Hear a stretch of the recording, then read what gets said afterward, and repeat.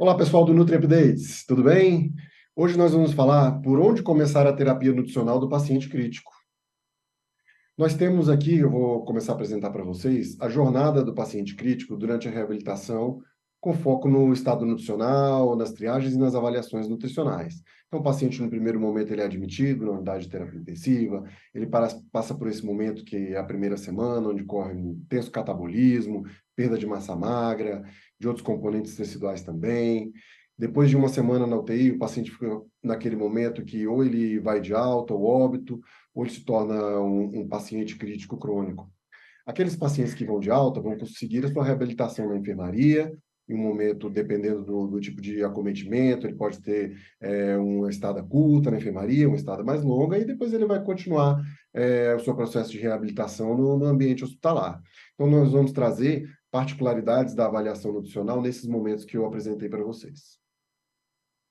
O que a gente tem como guia dentro dos processos de triagem, de avaliação nutricional, é o que nós chamamos de sistematização da atenção nutricional. Sistematização da atenção nutricional, ela foi inicialmente proposta nos Estados Unidos pela Academy of Nutrition and Dietetics e trazida no Brasil em 2014 pela Asbram. Esse processo, ele visa trazer um fluxo de atendimento para os profissionais nutricionistas nas demais formas de intervenção, nos tipos de diagnóstico que nós temos no ambiente hospitalar. Então, pensando no ambiente hospitalar, no primeiro momento, nós teríamos esse sistema de triagem e referência, que seria o quê? A triagem nutricional. A triagem nutricional, ela está fora desse círculo, que é justamente o processo de cuidado nutricional. Por quê? Porque ela pode ser realizada por qualquer profissional, desde que treinado. E a ideia é que o profissional que admite o paciente no hospital faça a triagem de risco nutricional, reconhecendo os pacientes em risco nutricional e encaminhando para o serviço de nutrição realizar a avaliação nutricional. A partir da avaliação nutricional, é possível o nutricionista estabelecer o diagnóstico nutricional. Com o diagnóstico nutricional em mãos, o nutricionista vai idealizar uma intervenção de forma individualizada, pois a avaliação, o diagnóstico nutricional permitem conhecer minúcias do paciente que não são conhecidas na triagem nutricional.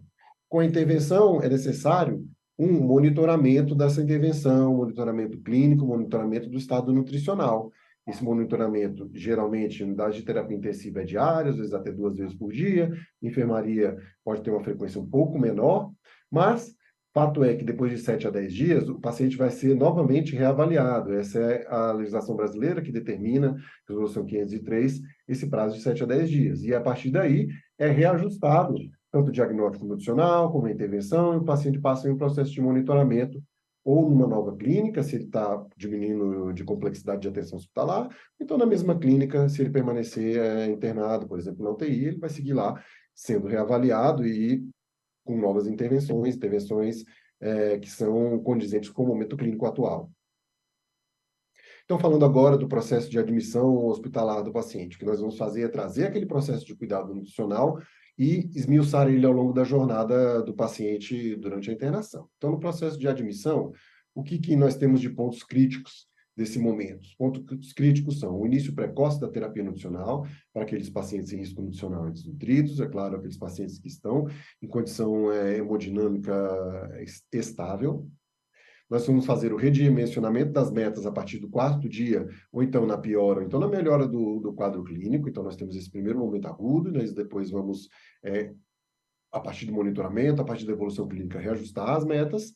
E o que também é importante é a gente receber da equipe que faz a primeira admissão, se às vezes no pronto-socorro, na emergência, ou então na enfermaria, antecedentes do paciente. Muitas vezes o paciente na UTI, ele já chega entubado, então ele não tem uma capacidade de fazer relatos de anamnese, e os acompanhantes também, em alguns momentos, não acompanham esse paciente. Eles vieram lá do interior, porque a pessoa começou a passar mal, ou então simplesmente moram em outra casa, eles não têm a informação que a gente precisa, que é justamente se o paciente vai perdendo peso, se como anda a ingestão alimentar nos últimos dias. Então é importante a gente receber antecedentes hospitalares para a gente fazer uma admissão mais precisa.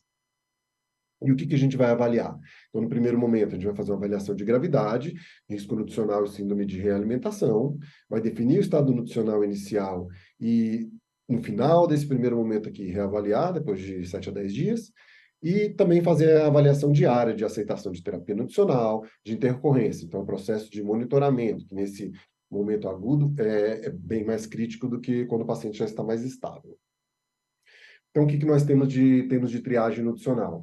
Você pode utilizar qualquer triagem validada, as recomendadas são o NRS 2002, o Nutric, Nutric-S, ou então, se você trabalha com uma outra ferramenta já validada no seu cenário, também é recomendado. Elas têm que ser realizadas nas primeiras 24 horas. O que é importante é triar todos os pacientes que passaram por internação hospitalar.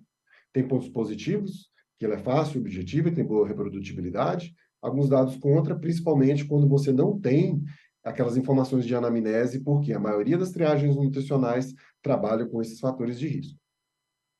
Em termos de avaliação nutricional, vai ser realizada em até 48 horas, nós podemos avaliar o paciente com avaliação global subjetiva, o método Gleam, ou outro método, a ASPEN, por exemplo, em até 48 horas.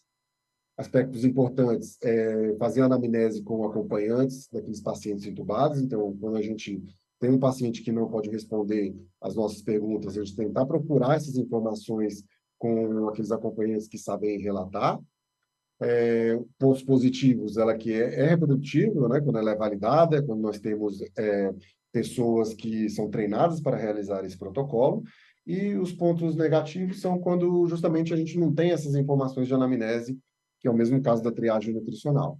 Parâmetros antropométricos. Os parâmetros antropométricos que nós utilizamos no nosso serviço são a circunferência do braço, a circunferência da panturrilha e o IMC.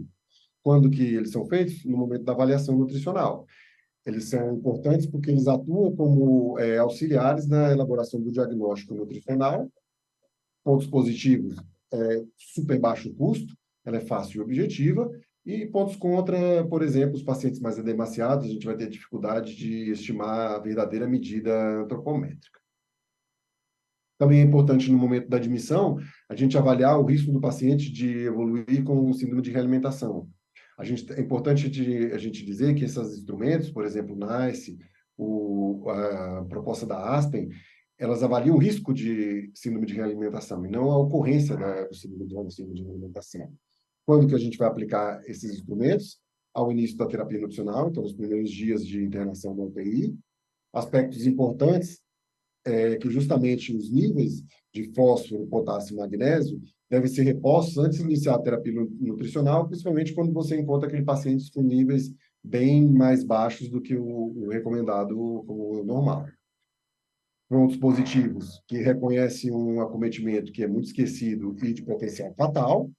Pontos contra é que a gente não tem tantos estudos de validação dessas propostas, tanto do NICE quanto do proposta da ASPE, que é mais recente. Ferramentas de triagem nutricional que eu vou apresentar para vocês. Aqui a gente tem a NRS 2002, geralmente para o paciente de UTI, que é o momento da admissão que nós estamos passando agora, a gente não realiza essa primeira parte, essa primeira parte ficaria lá para a admissão hospitalar. Por quê? Porque uma das perguntas é se o paciente está internado numa unidade de terapia intensiva, a quarta pergunta. Então, se você trabalha em UTI, você sempre vai responder sim para essa pergunta e você vai passar para a segunda e para a terceira parte. Então, a segunda parte envolve 2 domínios: domínio estado nutricional, pontuados de 0 a 3, e o domínio gravidade da doença. Então, o domínio gravidade da doença também vai ser pontuado de 0 a 3. É importante a gente entender que aqui a gente está querendo avaliar o estresse metabólico da doença. Na verdade, está escrito aqui, eu só estou enaltecendo, mas é importante por quê? Porque, primeiro, nós não temos todos os diagnósticos médicos listados nessa coluna. Então, provavelmente você vai passar por momentos que o diagnóstico que o seu paciente tem não está descrito aí. E aí, o que você vai fazer? Você vai tentar entender se aquela doença, qual componente metabólico que essa doença promove. É uma doença mais hipercatabólica, doença menos hipercatabólica, e você vai pontuar de 0 a 3. E a parte final é adicionar um ponto a mais para aqueles pacientes maiores ou iguais a 70 anos. Então, é uma ferramenta muito utilizada, ela é mais voltada para os pacientes de enfermaria, mas já tem boa utilização com pacientes críticos. Então, nós vamos pontuar de 0 a 2 pontos para os pacientes em risco nutricional e 3, 4, 5, 6 e 7, aqueles pacientes que têm risco nutricional. Aqui é a tabela do Nutric. Nutric ele tem esses componentes: idade, APACHE, SOFA, número de comorbidades, dias de internação no hospital antes de chegar na UTI, e a L6, que pode ser opcionalmente utilizado. Então, nós temos o Nutric completo e o Nutric sem IL6, Nutric adaptado. A gente acaba trabalhando mais com o Nutric sem IL6, porque a IL6 não está tão disponível, pelo menos nos hospitais brasileiros. Então, nós vamos trabalhar com esses primeiros fatores de risco.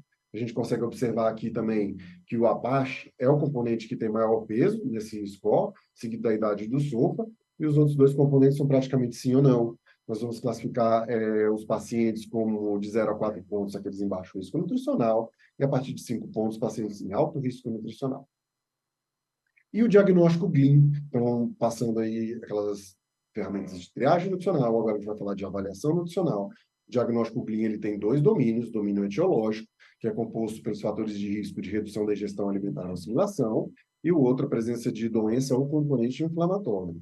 Domínio fenotípico, que é aquele que determina a gravidade da desnutrição, ele vai ter os fatores de risco, perda ponderal, perda de massa magra, ou então que pode ser feito com exame físico ou com outro método validado, por exemplo, a ultrassonografia, tomografia computadorizada, se o paciente tem disponível, e o outro fator de risco, o baixo índice de massa corporal.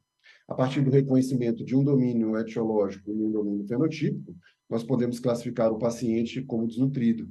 O domínio fenotípico vai determinar a gravidade, então, se ele tem um fator de risco grave no domínio fenotípico, ele vai ser classificado como grave, se ele não tem, ele vai ser um desnutrido moderado. E aqui o aspecto da desnutrição relacionada à doença. Na desnutrição relacionada à doença, nós temos 4 categorias. As 2 primeiras categorias de um componente de doença crônica, ou seja, aquele que tem mais de 3 meses atuando no paciente. O relacionado à doença aguda, que é uma desnutrição que acontece num período curto de tempo, é mais agressiva, e o último componente, que é um único componente que não tem fator inflamatório envolvido. Então, a desnutrição que se desenvolve com muito mais tempo e com, por exemplo, uma perda ponderal que demora muito mais a se manifestar, a se mostrar como um grave. Por quê? Porque não existe um processo inflamatório, não existe um processo de doença claramente acontecendo, então o catabolismo é bem mais baixo nesse tipo de paciente. Paciente com desnutrição, não que essa desnutrição seja mais grave, mas a desnutrição relacionada às circunstâncias sociais e ambientais, geralmente o paciente não consome a quantidade de nutrientes que ele precisa diariamente. Então, nós vamos classificar o paciente como não desnutrido, ou então desnutrido, somando gravidade mais doença. E os fatores de risco para a síndrome de realimentação, eu trouxe aqui a proposta da Aspen, que é da Silva e colaboradores. Aqui nós temos os fatores de risco na primeira coluna. Na segunda coluna, nós vamos precisar reconhecer 2 critérios desses elencados para dizer que a desnutrição é moderada. Então, nós temos aí o IMC de 16 a 18, perda ponderal de 5% em um mês, ingestão calórica menor que 75% das necessidades por mais de uma semana, quando nós temos um acometimento agudo, ou então por menos de 75%, um período maior que um mês, quando nós não temos um acometimento agudo claramente acontecendo. Os níveis de eletrólito, fósforo, potássio, magnésio, séricos, também eles são minimamente alterados, então nós não temos uma depressão grave nesse momento. Perda de tecido adiposo de massa magra com evidências de perda, né, dos tecidos, então a gente tem que fazer o exame físico para reconhecer esses critérios. E paciente com uma doença moderada, paciente sendo acometido por uma doença moderada. Nos critérios de risco grave de síndrome de realimentação, nós vamos ter, e aí a gente só precisa reconhecer um fator de risco, então seria IMC menor que 16, 7,3% de perda ponderal em 3 meses ou maior que 10% em 6 meses, menos que 50% das necessidades por um período maior que 5 dias, sob um acometimento agudo, ou então menos que 50% da ingestão por um período maior que um mês. Os níveis de eletrólitos já são significativamente alterados e necessitando de múltiplas doses de reposição. Então, é aquela reposição que, às vezes, o paciente está com eletrólito baixo, faz uma reposição, a reposição não é tão efetiva. Isso a gente vai caracterizar como risco grave. Perda de massa magra de tecido adiposo com evidências graves. E também o paciente sendo acometido por uma doença grave, por exemplo, paciente com doença crítica. Então, passamos desse primeiro momento de admissão, nós vamos evoluir aqui durante a primeira semana de internação.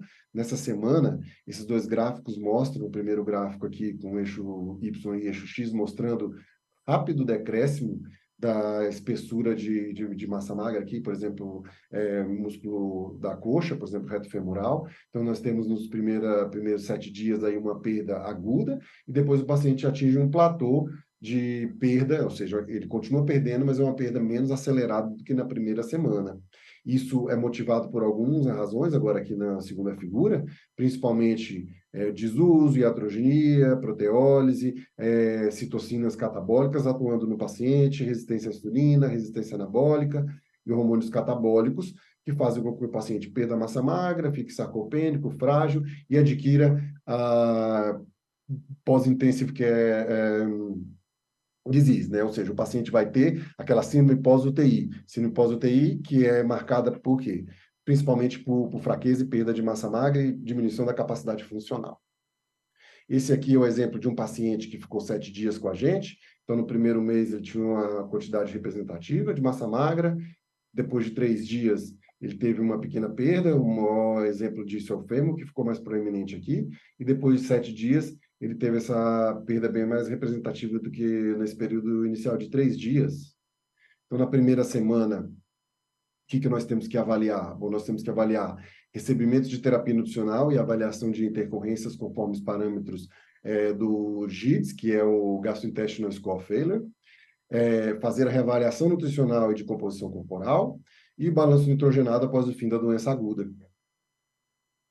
Pontos críticos que são importantes é o monitoramento da gravidade de intercorrências nutricionais, aquele paciente que não consegue atingir a meta, porque tem uma diarreia, porque tem distensão abdominal, vômitos, o atingimento de metas nutricionais e revisão da meta em caso de modificação do quadro clínico. Então, nessa primeira semana, nós temos pacientes que vão sair desse momento mais agudo para caminhando para a estabilidade. Então, são esses pacientes que nós vamos rever a meta para metas mais ousadas, ou também o paciente que evolui com piora, onde a gente vai avaliar se vai ser necessário deixar ele em dieta zero, se ele estiver estável hemodinamicamente, ou então metas mais conservadoras, se é avaliado que houve uma piora do quadro, mas o paciente segue estável hemodinamicamente. E também trabalhar com a fisioterapia, se esse paciente está recebendo estimulação motora precoce ou não. Aqui nós temos o momento da reavaliação nutricional, então a gente vai fazer triagem nutricional daqueles pacientes que não estão em risco nutricional. O importante é, se o paciente não foi triado na primeira semana, fazer a triagem efetiva e não deixar de retriar ninguém. Pontos pós e contras são os mesmos da primeira do momento da admissão. Muito bom em relação aos dados de anamnese, que nós já temos alguns dias de acompanhamento do paciente, então a gente sabe pelo menos naquele primeiro momento se ele vem tolerando a dieta, se ele vem perdendo peso ou não.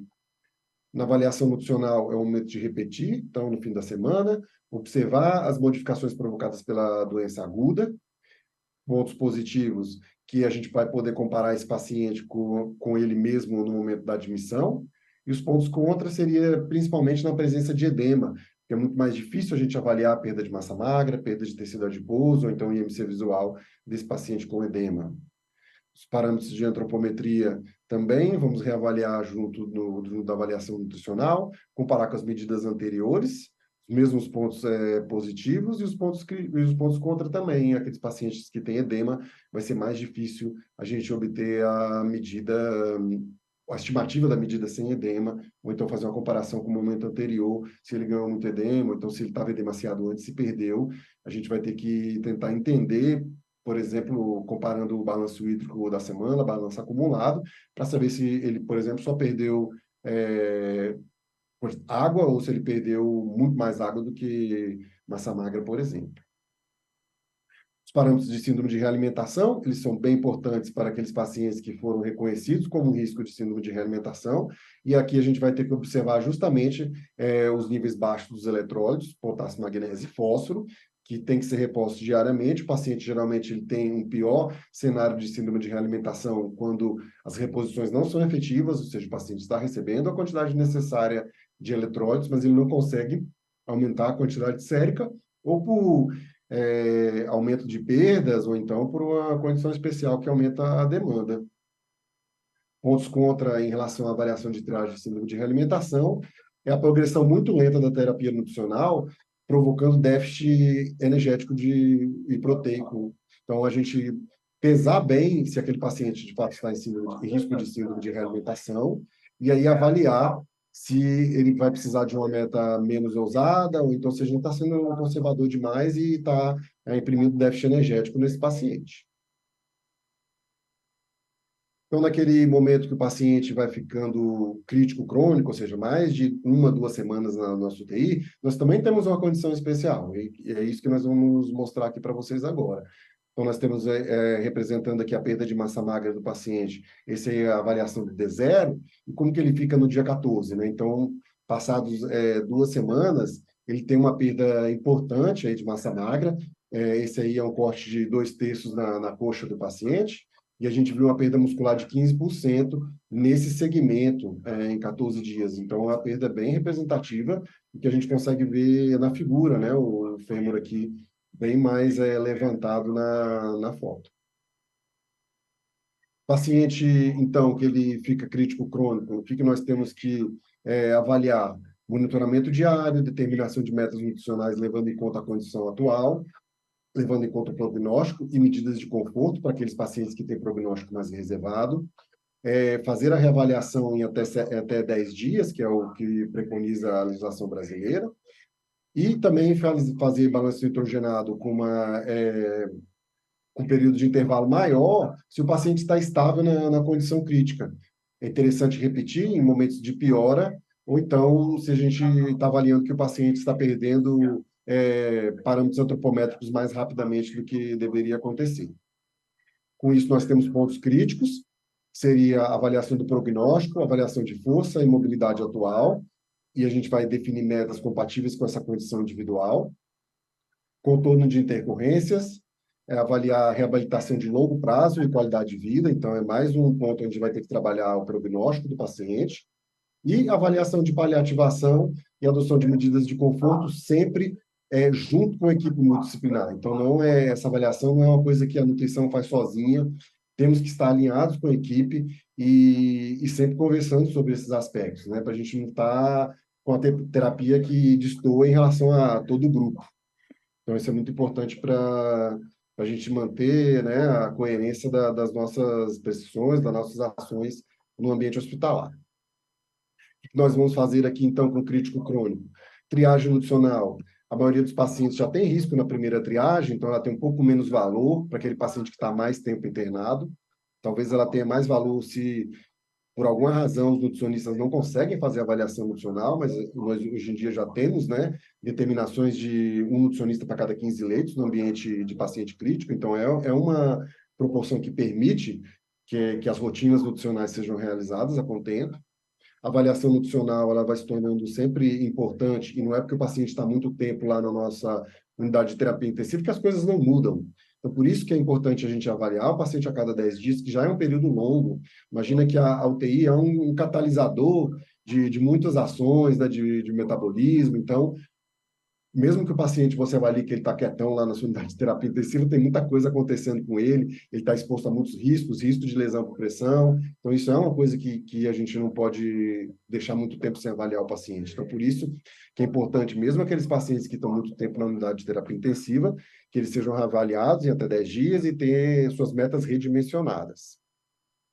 Parâmetros antropométricos também na mesma tocada que a gente vai trabalhar com avaliação nutricional. Sempre que a gente aplica uma ferramenta de avaliação nutricional, mesmo que ela não contemple esses parâmetros antropométricos, eu acho conveniente a gente realizar, porque são parâmetros objetivos e vai permitir um maior entendimento do nosso paciente. Triagem de síndrome de realimentação para o paciente crítico crônico é importante quando ele fica em muitos momentos de jejum, às vezes os jejuns programados, às vezes jejum não programado. Tem muitos pacientes que ficam dias para realizar um procedimento, porque nunca chega na vez deles, os procedimentos são remarcados, tem questão de profissional não estar lá para realizar, ou então também intercorrências, porque não é porque ele está muito tempo na unidade que ele não vai estar sujeito a intercorrências, diarreia por clostridio difícil, que vai aumentar os cenários de má absorção. Então, isso pode fazer com que o paciente aumente o risco de síndrome de realimentação. E aí nós temos que monitorar.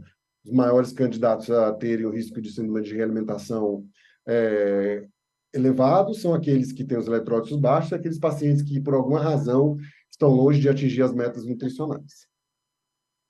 Quando nós saímos da enfermaria ou no momento final da enfermaria, no momento de alta hospitalar, nós temos aquele momento que a gente acha que tudo está indo bem na vida do paciente, ele está indo para uma unidade de menor complexidade e as coisas tendem a dar certo. Mas esse estudo aqui, ele mostra um cenário que eu queria trabalhar com vocês.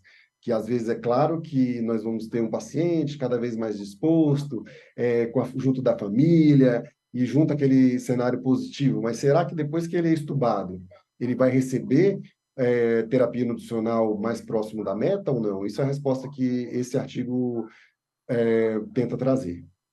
Então, aqui nós temos a curva, né, de recebimento de calorias e proteínas nos 7 primeiros dias. A primeira reta azul é de calorias, mostrando que a maioria dos pacientes ficaram aquém de 50% do recebimento. Então, melhores dias aqui foi 53%.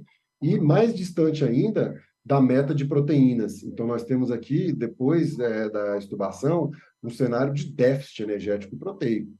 E muitas pessoas não se dão conta disso porque acham que o paciente está em uma fase melhor, uma fase menos complexa, ou então a aparência de que as coisas estão indo bem. Então, o estudo foi um estudo observacional prospectivo, com 50 pacientes incluídos após a intubação, pacientes que ficaram mais de 24 horas na VM e não precisaram obrigatoriamente de nutrição enteral. Então, tinha paciente com nutrição enteral, paciente com alimentação via oral. A alimentação via oral ainda teve ajustes de consistência caso a caso. E a ingestão foi registrada com recordatório 24 horas, no período de 7 dias, que era uma semana após a extubação, já vem do próprio título do trabalho. Como resultado, o estudo mostrou que os pacientes tinham uma média de idade de 59 anos, 5,2 dias em ventilação mecânica, então é um período até prolongado de permanência na UTI. 44% deles já eram desnutridos na admissão, e em relação à PASH, eram pacientes classificados como graves. Em relação à ingestão alimentar, trazendo mais dados, complementando aquele gráfico que eu mostrei para vocês, a média de ingestão por via oral nunca foi superior a 55% das necessidades em 7 dias, e menos de 30% da população ingeriu mais de 75% das refeições. Então, é um cenário de déficit. O estudo conclui que, após a intubação, pouca atenção é dada para o atingimento das necessidades de nutrientes, a despeito de ser ainda uma fase crítica da reabilitação. Mesmo com o aumento da atenção com a nutrição na UTI, essa importância ainda é baixa pensando no médio e no longo prazo, porque as pessoas pensam só que a coisa está indo bem e pensam em curto prazo. Amanhã ele vai melhorar. Após a extubação, existe uma tendência natural da equipe de pensar que apenas a alimentação via oral é suficiente. Isso aí, eu acho que já fui em vários hospitais visitar e sempre as pessoas pensam nisso. Estubou, às vezes o paciente já perde a sonda no momento da extubação e ninguém quer repassar porque ele vai comer via oral, vai dar certo. E a verdade é que a literatura, pelo menos esse estudo, e tem outros estudos que eu conheço também, mostram que o paciente fica em déficit energético e proteico.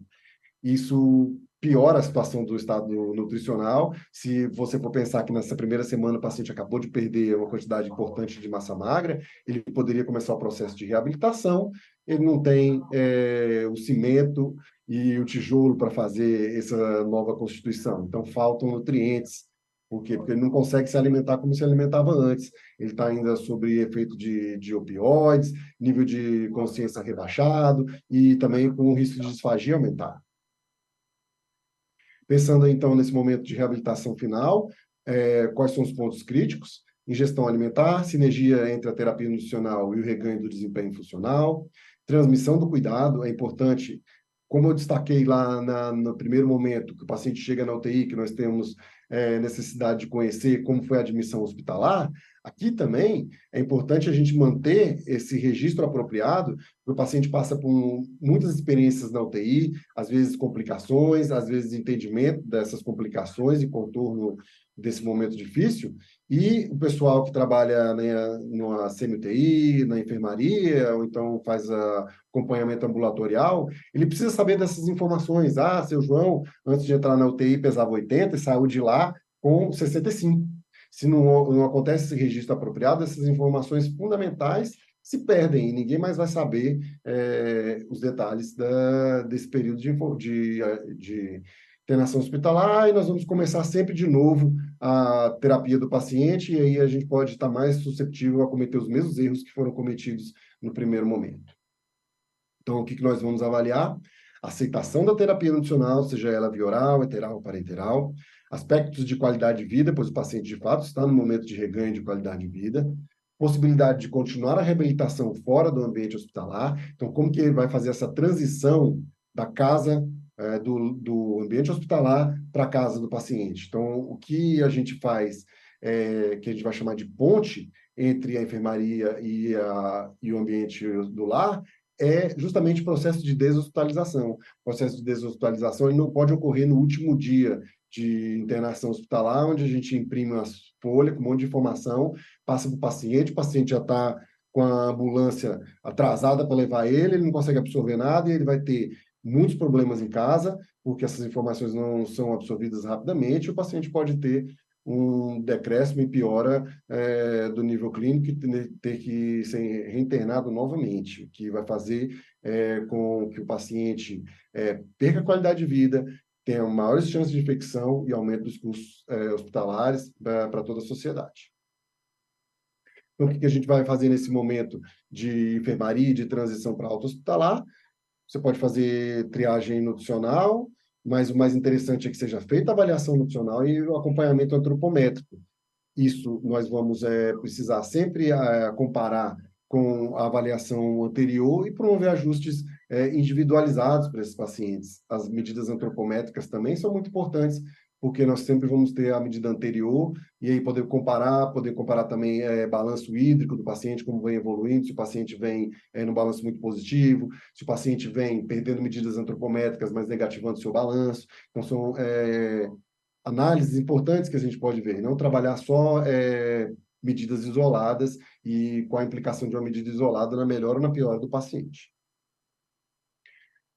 Triagem de síndrome de realimentação é importante para aqueles pacientes que não atingem a meta, por alguma razão, ou então que possa ter perdas aumentadas, mas o paciente com perda aumentada não é o paciente que tem risco de síndrome de realimentação. O risco de síndrome de realimentação é uma diminuição, principalmente de potássio, magnésio e fósforo, seguida de momentos de jejum e de processo de realimentação, porque existe o roubo celular desses eletrólitos. Eles saem da corrente sanguínea e são colocados internamente dentro das células, onde o corpo avalia na conjuntura metabólica que é mais necessário. E a gente tem que repor os níveis para manter os níveis certos. Então, pontos chaves dessa apresentação são que a jornada do paciente crítico é formada por fases, elas não são lineares e cada uma tem características específicas que a gente apresentou aqui. Cabe ao profissional admitir rapidamente os pacientes, reconhecer aqueles que estão em risco nutricional ou que já são desnutridos. A atuação da equipe multiprofissional deve ser sistematizada, usando protocolos de avaliação, intervenções padronizadas e reavaliações do estado nutricional e das condutas que foram tomadas a partir do diagnóstico nutricional. Sempre que necessário, e à luz de evidências, a individualização do tratamento deve ser pensado, porque os pacientes eles não são iguais e nós temos recomendações de diretrizes que são as mesmas para cada estado. Então, a gente tem que pegar a recomendação da diretriz e individualizar para o nosso paciente. Continuidade do tratamento dentro da linha de cuidado do paciente se beneficia dos registros apropriados, porque a gente vai sempre aprender com o que foi feito naquele momento e tentar repetir as melhores experiências que aconteceram com o paciente. E é isso, pessoal. Muito obrigado. Valeu!